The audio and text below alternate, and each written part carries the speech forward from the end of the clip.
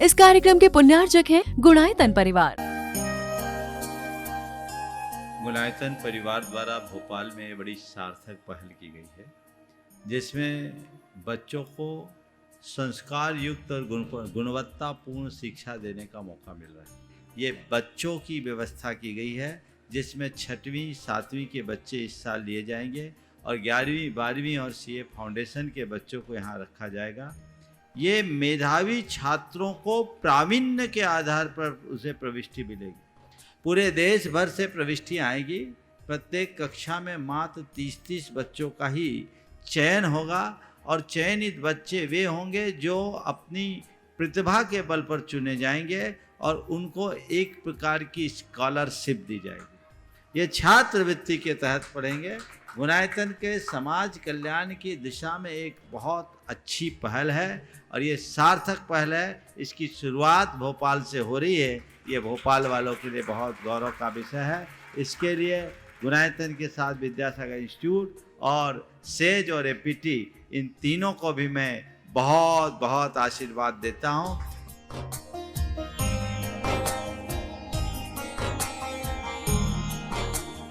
एक आदर्श और व्यवस्थित दिनचर्या का लक्ष्य प्राप्ति में बहुत बड़ा योगदान होता है।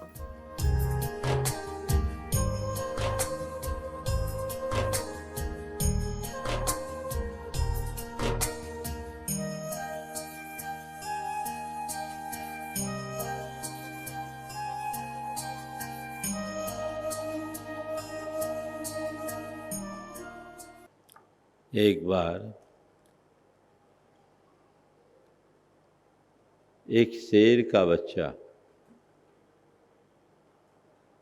जिसके जन्म के तत्काल बाद उसकी माँ मर गई। शियारों ने उसे पाला। शियारों के मध्य उसका लालन पालन हुआ। अब वो शियारों के बीच रहकर शियारों जैसा आचरण करने लगा। शियारों की तरह सड़ा गला मांस खाना और शियारों की बोली बोलना उसका स्वभाव बन गया। एक दिन किसी शेर की नज़र उस पर पड़ी। शेर को देखते ही सारे शियार दुम दबाकर भागने लगे और शियारों के झुंड में शियार पालित शेर भी तेजी से भागने लगा। शेर को यह देखकर बड़ा अचंभा हुआ। उसने सोचा, इतना कद्दावर शेर, इसे तो मेरे सामने आकर मुझे चुनौती देनी चाहिए। ये भाग क्यों रहा है? आगे आकर उसने उसका रास्ता रोका और कड़कते हुए कहा कि तू शेर है, भाग क्यों रहा है? उसने घिघियाते हुए कहा, मैं कहाँ का शेर? मैंने तो जब से होश संभाला अपने आप को शियार के रूप में जाना है और शियार के रूप में अपने आप को माना है। शियार ही अपने आप को अनुभव किया है। मैं कुछ जानता ही नहीं कि मैं शेर भी हूँ।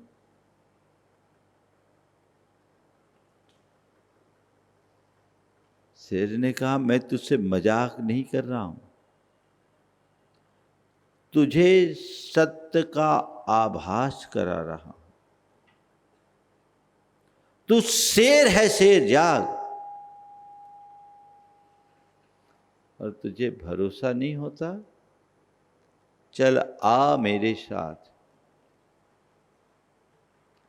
शेर के कहने पर शियार पालित शेर उसके पीछे पीछे चला। थोड़ी दूर में एक नदी बह रही थी। शेर उसके तट पर गया। उसका प्रतिबिंब उस पर पड़ा। शियार पालित शेर को कहा, देख नदी में, देख तुझे क्या दिख रहा है। उसने जब देखा उसका भी प्रतिबिंब पड़ा, उसका भी प्रतिबिंब पड़ा। शेर ने सियार पालित शेर को संबोधते हुए कहा कि देख मुझ में और तुझ में आखिर क्या अंतर है? कोई अंतर है? सियार पालित शेर अचंभित, उसे यह देखकर बड़ा आश्चर्य हो रहा था, अरे मैं तो शेर हूं।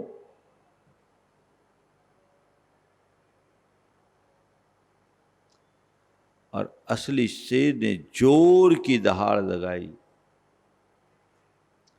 सियार पालित शेर का भी शेर भीतर से जाग गया, उसने भी जोर से दहाड़ मारी।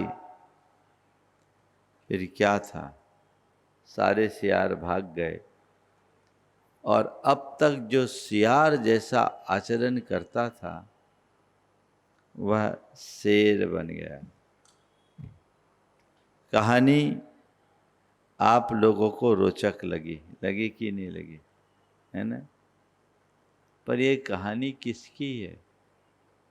ये कहानी हमारी, आपकी, सबकी है। हमारा जीवन शेर के जैसा है,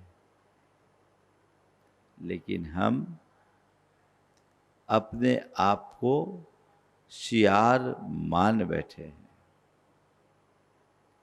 और इसके कारण हमारा पूरा आचरण सियारों जैसा हो गया है। नतीजा, अनुभूति भी सियारों जैसी है, निष्कर्ष, उपलब्धि भी सियारों जैसी। संत कहते अपने आप को जानो। जिस दिन तुम जानोगे तुम्हारा आचरण बदलेगा, आचरण के बदलते ही तुम्हारी अनुभूतियां बदलेगी और अनुभूति बदलने से उपलब्धि भी बदल जाएगी। अपने आप को जानो, पहचानो, आचरण करो, जीवन में बदलाव आएगा।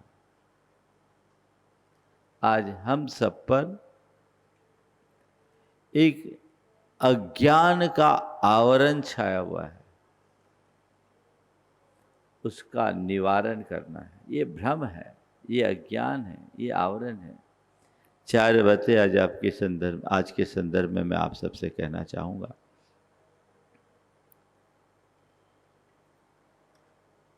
आवरण, आचरण, अनुभूति, उपलब्धि। जब तक हमारे चित्त पर मोह का, अज्ञान का आवरण रहेगा, हमारा आचरण विकृत होगा, अनुभूति दुखमय होगी, उपलब्धि अशांति की होगी। अभी क्या है, हमारा आचरण क्या है? किसके लिए जी रहे हो? कैसे जी रहे हो? किस भांति जी रहे हो? कभी विचार किया? अभी हमारा आचरण कैसा है? मोह के आवरण से प्रेरित। आप लोग बोलते हो मोह महामद पियो अनादि, भूल आपको भरमत वादी। हर कोई मोह के महामदिरा को पिए हुए है। कोई व्यक्ति नशे में होता है तो उसकी दशा क्या होती है? उसे कुछ होश होता है? कुछ सुध बुध होती है क्या? नहीं होती। नशे में मनुष्य बेसुध बन जाता है, उसकी कोई सुध बुध नहीं होती, उसे यही पता नहीं होता कि मैं कौन हूं, मेरा क्या है, मैं क्या कर रहा हूं, मुझे क्या करना चाहिए। उसे भूल जाता है, भूलता है। तो नशे के हालत में मनुष्य बेशुद्ध होता है, उसे अपना होश हवास कुछ भी नहीं होता, वो होता कुछ है और अपने आप को मानता कुछ है। थोड़ा अपने अंदर उतर करके देखो, मुझे अपने होने का होश है, अपने होने का एहसास है, अपने होने का आभास है। मैं अपने आप को क्या मान रखा हूं? शेर की शियार, पहचान कहाँ है? हम अपनी पहचान भूल चुके हैं, क्योंकि अभी मोह का नशा इस कदर हावी है कि वो हमें पहचानने ही नहीं देता। मैं आपसे पूछूं आप कौन हो, क्या जवाब होगा? बोलो, कौन हो? क्या जवाब होगा? जबान पर नाम आएगा ना, यही आएगा ना, जबान पर नाम आएगा, मैं ये हूं। भैया ये तुम कब से हो गए? जब से पैदा हुए तब से यही है। पैदा होने के बाद परिवार के लोगों ने एक दिन मेरा नामकरण कर दिया, तब से मैं यही हूं। कब तक रहेगा? जब तक जिंदा रहूंगा इसी नाम से जाना जाऊंगा। उसके बाद क्या होगा? मर जाऊंगा। मर जाऊंगा तो फिर क्या होगा? दूसरा चोला धारण करूंगा। दूसरा चोला धारण करोगे तो यही नाम होगा, यही चोला मिलेगा? नहीं, चोला मिलेगा, ये नाम मिलेगा, नया नाम मिलेगा, नया चोला मिलेगा। और जब तुमने ये चोला धारण किया था, जब ये नाम धारण किया, उसके पहले तुम कौन थे?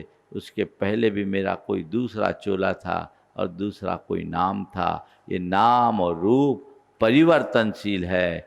मेरा स्वरूप नाम नहीं, रूप नहीं, अनाम अरूप है, वही मेरा स्वरूप है। इसे पहचाने? नहीं जानते, उस तरफ हमारी दृष्टि ही नहीं।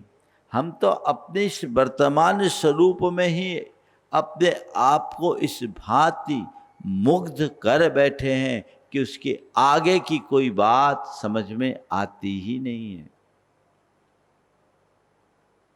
उसके आगे की बात कुछ समझ में आती नहीं है। मोह से प्रेरित दृष्टि होने के कारण हमारी सारी चेष्टा, हमारी समस्त प्रवृत्तियां, हमारा सारा व्यवहार उसी से प्रभावित होता है।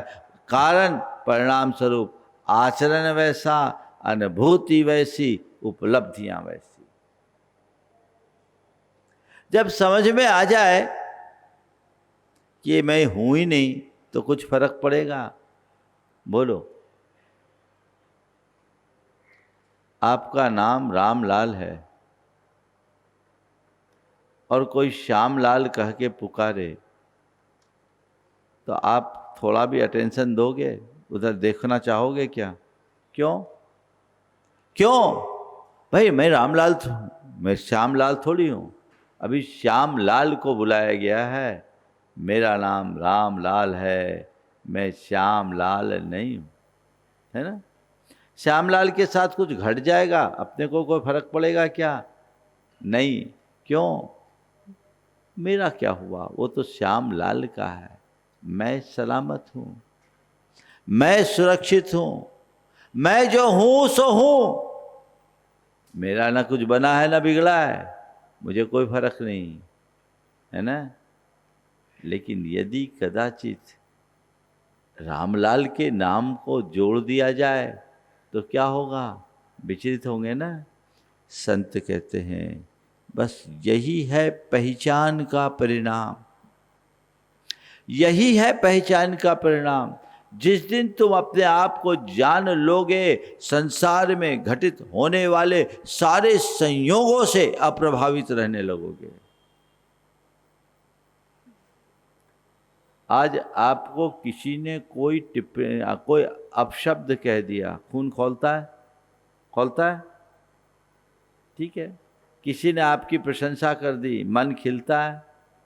अरे वाह महाराज जी कहते ही चेहरा मुस्कुरा जाता है। और किसी ने थोड़ी सी कोई आलोचना कर दी, मन क्षुब्ध हो उठता है, भैया ये आलोचना किसकी है? ये आलोचना किसकी है? तेरी? ये तेरी भूल। ये प्रशंसा किसकी? तेरी। ये तेरी नादानी, ये तेरा अज्ञान, ये तेरा भ्रम जो मोह से प्रेरित है। जिस दिन ये बात हृदय में बैठ जाएगी कि ये नाम केवल मेरे पहचानने का व्यवहारिक माध्यम हूँ, मैं ये नहीं, मैं अनाम हूँ, मैं अरूप हूँ, तो कोई नाम ले या बदनाम करे फर्क नहीं पड़ेगा। आचरण बदलेगा, अनुभूतियाँ बदलेगी, उपलब्धि बदलेगी। ये है आत्मज्ञान का परिणाम। श्याल पालित शेर जब तक अज्ञान में जी रहा था, अपने आप को शेर माने हुए था, उसका आचरण से अपने आप को सियार माने हुए था, उसका आचरण सियारों जैसा था, अनुभूति सियारों जैसी थी, तो उपलब्धियां भी सियारों जैसी हुई, है ना? लेकिन फर्क कब हुआ? जब उसने जान लिया कि मैं शेर हूं, सियार नहीं। आचरण बदला, अनुभूतियां बदली, उपलब्धि बदली। जब तक तुम अपने आप को देह रूप मानते रहोगे, जब तक तुम्हारी बुद्धि मोहासक्त रहेगी, तुम्हारा आचरण मोहाभिभूत होगा, तुम्हारी अनुभूतियां मोहाभिभूत होगी, और उपलब्धियां भी दुखप्रद होगी। लेकिन जिस दिन तुम ये जान लोगे कि मैं देह नहीं, चेतन आत्मा हूं। क्या हूं? देह नहीं, चेतन आत्मा हूं। मैं केवल ज्ञाता दृष्टा चैतन्य स्वरूपी हूं। एगो हम सास दो आदा, नान दंसन लखनो, शेषा में बाहिरा भावा, सब्बे संजोग लखना। जिस दिन ये बात हृदय में गहरे उतर जाएगी, ये मैं एकमात्र शाश्वत आत्मा हूँ, ज्ञान दर्शन लक्षण वाला हूँ, मुझसे भिन्न जगत के जितने भी पदार्थ हैं वे सब संयोग लक्षण वाले हैं। वो मैं नहीं हूं, मेरे नहीं है। फर्क पड़ेगा? बोलो। आचरण बदलेगा, अनुभूतियां बदलेगी, उपलब्धि बदलेगी। जो वस्तु आप अपनी मान के अपने पास रखते हो, उसके प्रति आपका दृष्टिकोण और पराई वस्तु के प्रति आपका दृष्टिकोण समान होता है क्या? बोलो। एक बैंकर है, लाखों करोड़ों रुपया का रोज अपने हाथों से लेन देन करता है। 8 घंटे 10 घंटे की ड्यूटी में उसके हाथ में केवल नोट ही रहते हैं। पर वो रुपये को लेते देते समय उसके अंदर कुछ भाव होता है क्या? हर्ष विषाद होता है? आज रुपया किसी ने बहुत ज़्यादा जमा कर दिया, मन खिल गया। किसी ने बहुत रुपया विड्रॉ कर लिया, मन उदास हो गया। ऐसा होता है क्या? ये तो मेरी ड्यूटी है। हालांकि आजकल ये एक प्रेशर रहता है टारगेट पूरा करने का, तो ये तो कॉर्पोरेट का एक स्वभाव है, वो उसके जॉब का पार्ट है। बाकी रुपये के लेने देने से उसको कोई फर्क नहीं पड़ना, क्योंकि वो मेरा नहीं है। अगला नाम कर जमा कर रहा है, अगला निकाल रहा है। मेरा काम केवल डेबिट क्रेडिट करना है, इसके अलावा और क्या? क्रेडिट डेबिट करके अलावा कुछ नहीं करना। जमा करना है तो जमा करने वाला जाने, निकालना है तो निकालने वाला जाने। जो जमा किया गया वो भी मेरा नहीं, जो निकाला गया वो भी मेरा नहीं। मैं तो केवल मैनेज करने वाला हूं। वो बैंकर को पता है ना कि ये चीजें मेरी नहीं है, लेकिन जो उसकी घर की संपत्ति है, उसके जेब में रुपया है, 100 रुपया भी नीचे गिर जाए तो क्या हो गया? बैंक के रुपयों के प्रति उसका दृष्टिकोण और जेब के रुपयों के प्रति उसका दृष्टिकोण समान है क्या? बोलो, क्या अंतर है? बैंक का रुपया मेरा नहीं, जेब का रुपया मेरा है। जिसे तुम अपना मानते हो उससे चित्त जुड़ता है, और जो अपना नहीं है उससे चित्त अलग रहता है। जब तक चित्त जुड़ा रहता है, मन रागान्वित बना होता है, और रागान्वित मन हमारे आचरण को, हमारी अनुभूतियों को, हमारी उपलब्धियों को बिगाड़ देता है। जान लो, ये कुछ भी तुम्हारा नहीं है। तुम्हारे पास है, और तुमको इतनी आजादी मिली है कि जब तक तुम्हारे पास है, इसका जैसा अच्छे से अच्छा उपयोग करना चाहो कर लो। मर्जी के मुताबिक उपयोग कर सकते हो। खोने के बाद भी तुम्हारा कुछ न खोएगा, और तुम्हारे पास होने के बाद भी तुम्हारा कुछ भी ना होगा। न तुम्हारा कुछ खोएगा, न तुम्हारा कुछ होएगा। जो है सो है, इस सच्चाई को पहचानो। बदलाव घटित होगा, जीवन परिवर्तित होगा, जीवन की दिशा दशा सब बदल जाएगी, सब परिवर्तित होता है। इसलिए जानिए, अपने आप को जानिए। जाने बिना जीवन का कल्याण संभव नहीं है। कबीर दास का एक बड़ा प्यारा भजन, अपन पो आप हो विसिरो, अपन पो आप हो विसिरो।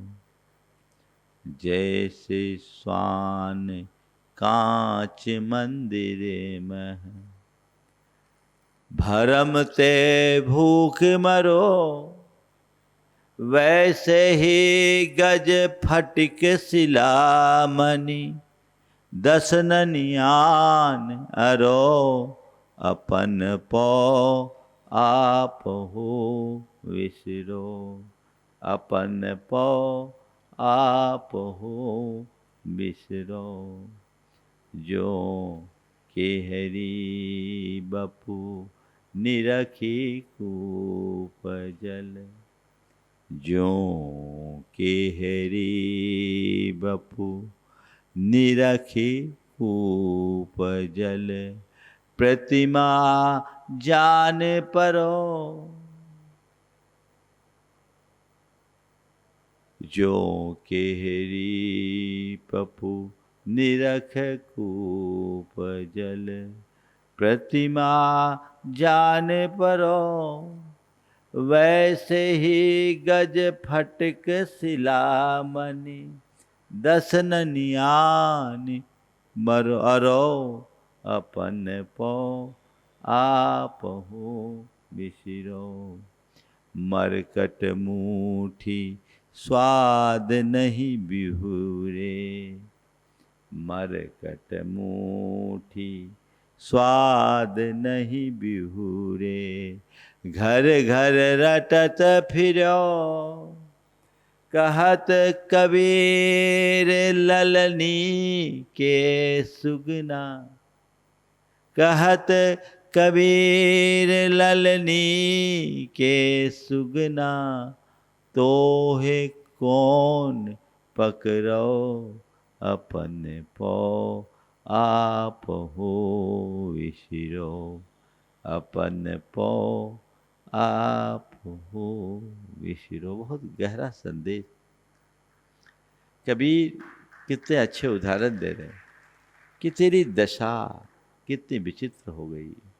तू अपने पौ, अपने स्वरूप को आप ही भूल गया, और तेरे इस भ्रम जाल के कारण तेरा आचरण, तेरी अनुभूति और तेरी उपलब्धि सब दुखमय हो गए।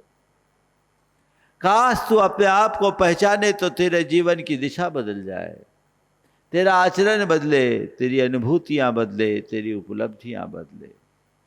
कितना अच्छा उदाहरण दिया।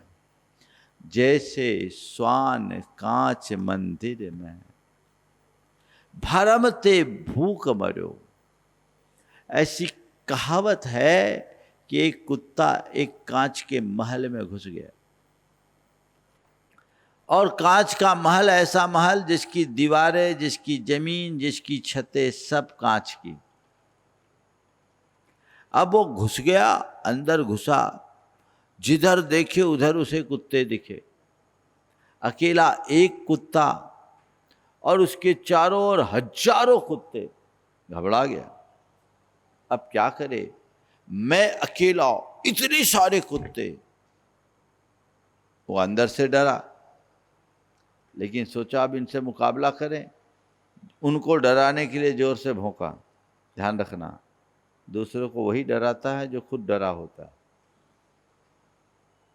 दूसरे को डर दिखाने का प्रयास वही करता है जो अंदर से डरा होता है, जो निर्भीक निडर होता है, न डरता है न डराता है। अब क्या हुआ, इसने डराना चाहा और डराने के भाव से जोर से भौंका। तो एक भौंका, हजारों कुत्ते एक साथ उस पर झपट पड़े, सबने जोर से भौंका। हालत खराब हो गई। अब बताओ, एक कुत्ते के ऊपर हजारों कुत्ते सब दिशा से उस पर टूटेंगे, उसका क्या होगा। कहते हैं वो बेचारा भूखता रहा। सवेरे जब कक्ष का दरवाजा खोला गया, अंदर देखे तो कुत्ता मरा था। मरा था वो तो ठीक था, लेकिन उसका पूरा शरीर क्षत विक्षत था, लहू लुहान था।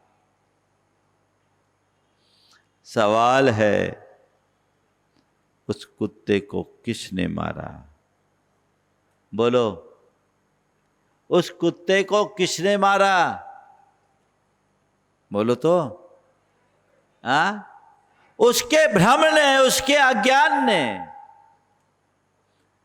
काश उस कुत्ते को इसका पता होता, अरे यह सब तो केवल प्रतिबिंब है।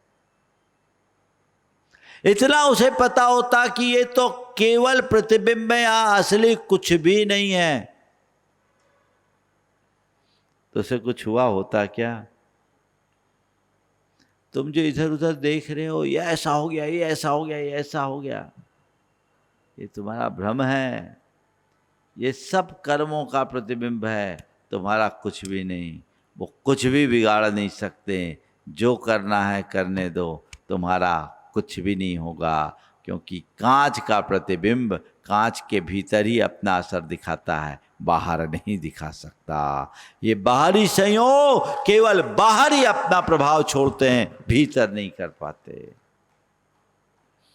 जिसके मन में ऐसा विश्वास होता है, जिसके हृदय में ऐसा ज्ञान हो जाता है, उसका फिर आचरण ही अलग होता है।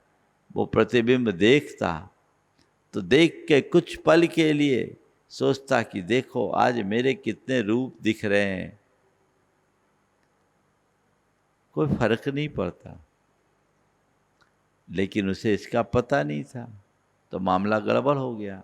एक बार तो यार ऐसा ही गड़बड़ हुआ, बीच में किस्सा याद आ गया।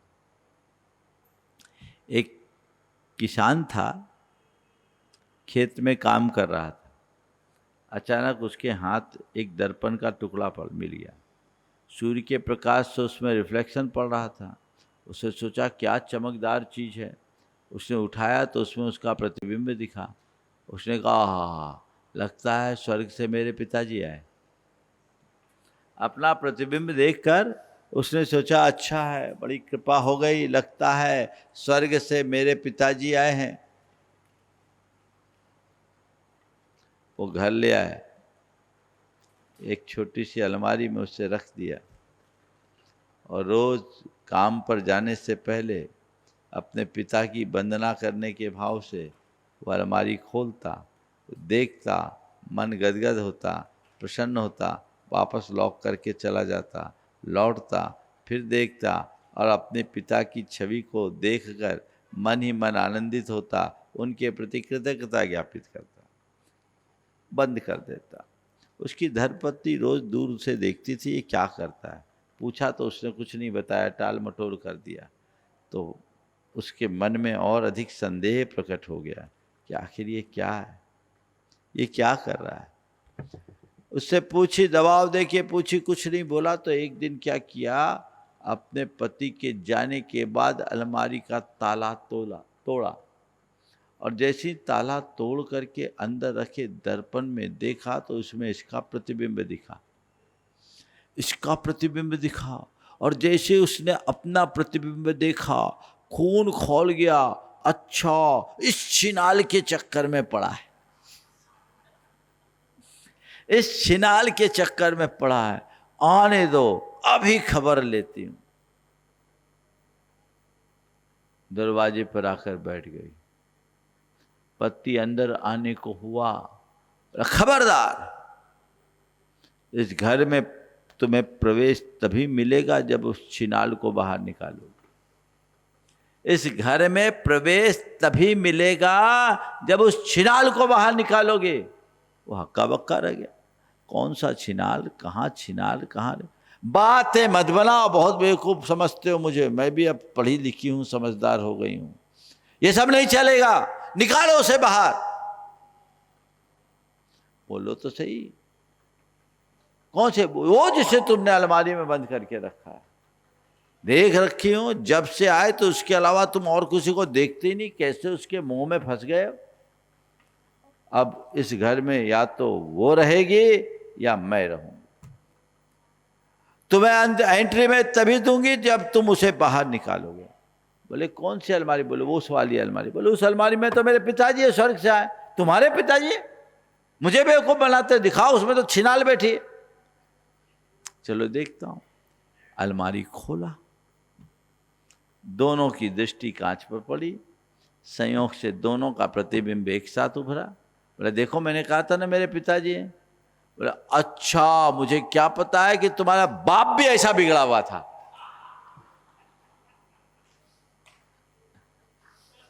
अब बोलो क्या कहेंगे? ये कहानी काल्पनिक हो सकती है, लेकिन इसका कथ्य सत्य है। ये भ्रम जब तक बना रहेगा, जीवन ऐसे ही अशांत और दुखी होगा। इस भ्रम का निवारण अपेक्षित है। यथार्थ के बोध से ही भ्रम का निवारण हो सकता है। अपने आत्म स्वरूप को जानो। सियार तभी जान पाया जब शेर के संपर्क में आया। अपने भीतर तत्व ज्ञान केवल वही जगा सकते हैं जो तत्व ज्ञानियों की शरण में आते। आप लोग गुरुओं के पास आते हो, किस लिए आते हो? बतियाने के लिए, गपशप करने के लिए? किस लिए आते हो आप लोग गुरुओं के पास? कभी विचार किया? गुरुओं के पास आओ तो दुनियादारी और गोरख धंधे के लिए मत आओ। गुरुओं के पास आओ तो अपने जीवन को समझने के लिए आओ, तत्व ज्ञान के लिए आओ, अपनी आत्मा को पहचानने और परखने के लिए आओ। यही एक रास्ता है। अरे जोहरी के दुकान में आओ तो कांच की गोलियां मत गिनो, कंचन की परख सीखो, तब तुम्हारा जीवन धन्य होगा। वे लोग अभागे हैं जो जोहरी की दुकान में आने के बाद भी कांच के टुकड़ों पे फिदा रहते हैं। काश कांच और कंचन के भेद को पहचानो और अपने जीवन की वास्तविकता को उद्घाटित करने के लिए प्रयत्नशील हो। आत्मज्ञान। भ्रम का निवारण होते ही आचरण बदलता है, आचरण बदलते ही अनुभूतियां बदलती है, और जब अनुभूति बदलती है तभी यथार्थ की उपलब्धि होती है।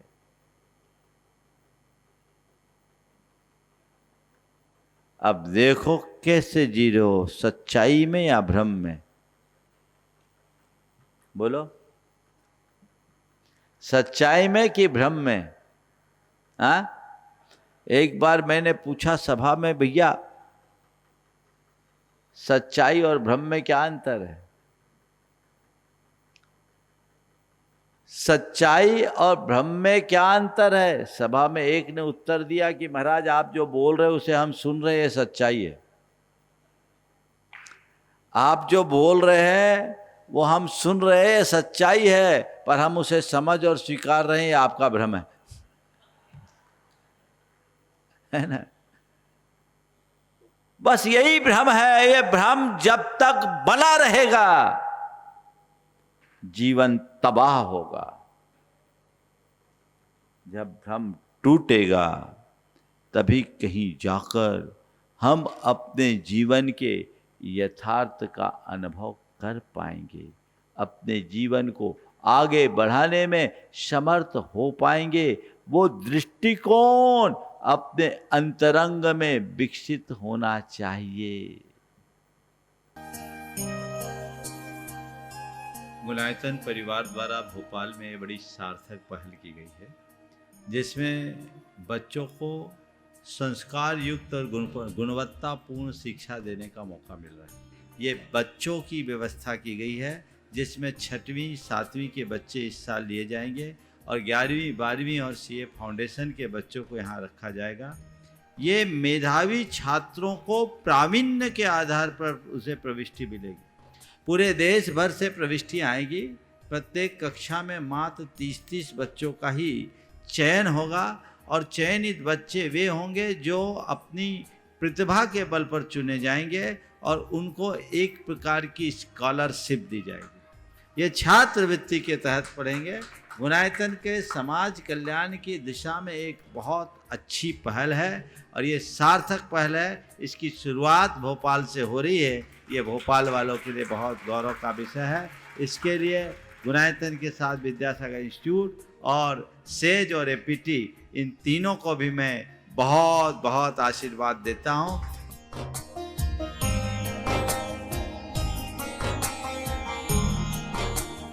एक आदर्श और व्यवस्थित दिनचर्या का लक्ष्य प्राप्ति में बहुत बड़ा योगदान होता है।